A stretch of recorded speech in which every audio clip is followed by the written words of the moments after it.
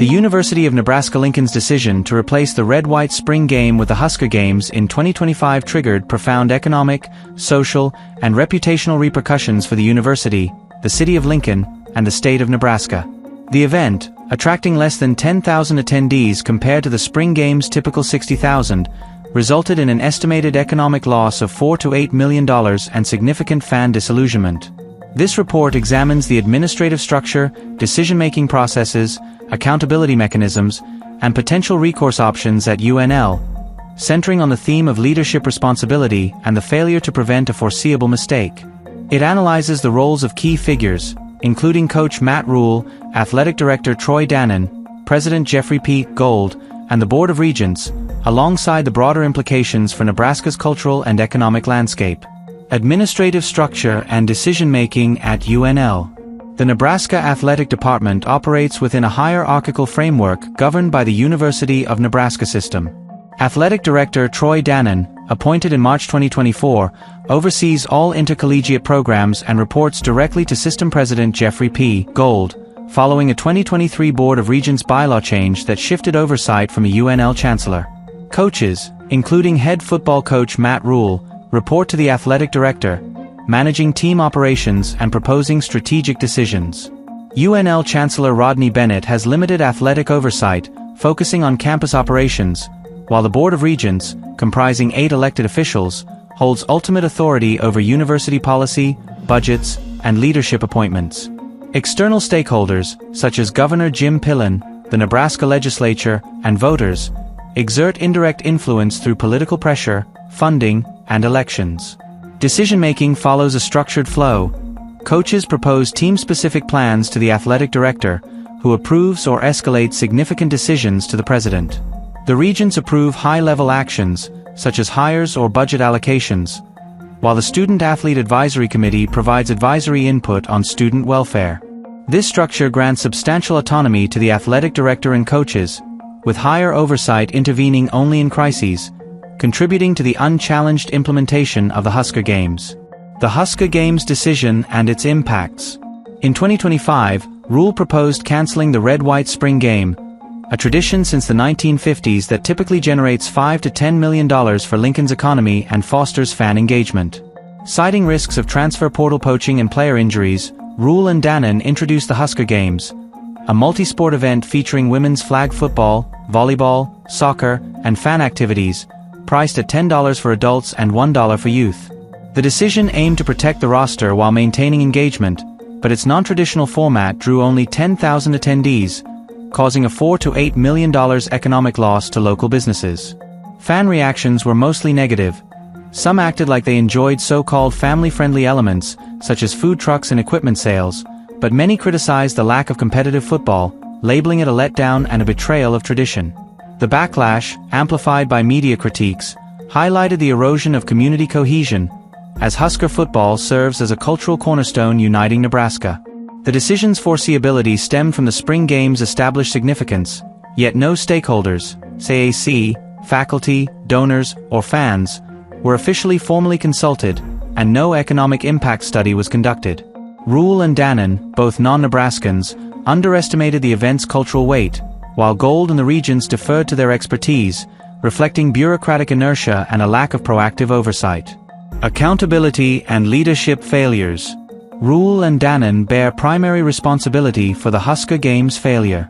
Rhule's proposal prioritized strategic concerns over tradition, and Dannon's approval failed to anticipate fan and economic consequences, a misjudgment that could escalate pressure on their leadership if the 2025 season underperforms. Gold, as Dannon's supervisor, holds secondary accountability for not questioning the decision, though his recent appointment and system-wide focus limited his involvement.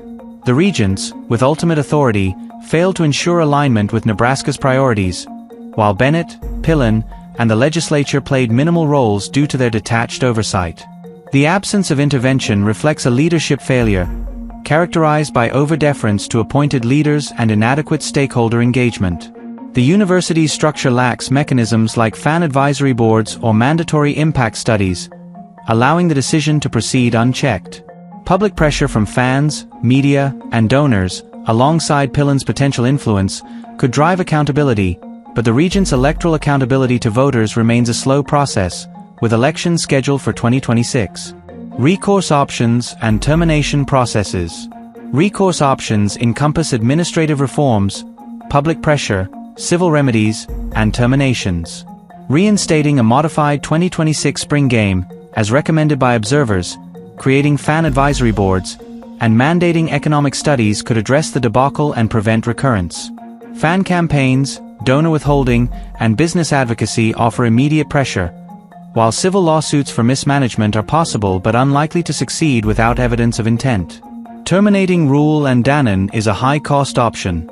Rule's 8-year, $74 million contract carries a $56 million buyout, and Dannon's 6-year, $11 million contract has a $12 million buyout. Gold has direct authority to fire Dannon and indirect authority over Rule through Dannon, with regent approval required for both due to financial implications. Termination for cause, avoiding buyouts, requires gross misconduct or consistent failure, thresholds the Husker Games alone do not meet.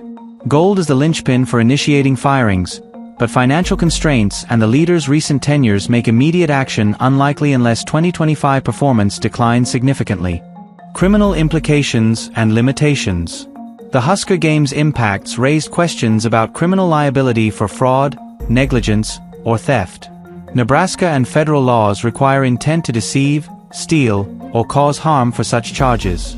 The decision, while misguided, was strategic, aiming to benefit the program, with no evidence of personal gain, fraud, or physical harm. Local police, sheriffs, the Nebraska Attorney General, FBI, and U.S. Department of Justice lack grounds to investigate, as the economic and social harms do not meet criminal thresholds. Civil remedies or administrative actions are more appropriate, highlighting the limits of criminal recourse for policy failures. Electoral and public accountability. Voters hold long-term power through regent elections, with 4 seats up in 2026. Recalls of individual regents are possible but require signatures from 25% of voters in their district, making a simultaneous recall of all 8 infeasible due to logistical and resource demands. Fan campaigns, donor pressure, and media scrutiny offer faster accountability, potentially compelling Gold to act. Pillen's public influence could amplify pressure, but his role is indirect. The university's reliance on football's $114.3 million annual economic impact and cultural unity underscores the urgency of addressing leadership failures to prevent further decline. Conclusion. The Husker Games debacle illustrates a critical failure of leadership and oversight at the University of Nebraska, where a foreseeable mistake by Rule and Dannon caused significant harm. The decision's economic, social, and reputational toll reflects bureaucratic inertia and inadequate stakeholder engagement, with Gold and the regents failing to intervene. While termination of Rule and Dannon is possible, financial barriers and their strategic intent favor corrective actions like reinstating a modified spring game and enhancing fan input. Criminal liability is unsupported, leaving civil, administrative, and electoral mechanisms as primary recourse. Nebraska's resilient fan base and resources suggest recovery is achievable, but swift action from Gold, supported by regents and public pressure, is essential to restore trust and prevent further erosion of the state's cultural and economic cornerstone. The episode underscores the need for robust oversight and alignment with community priorities in managing high-stakes athletic programs.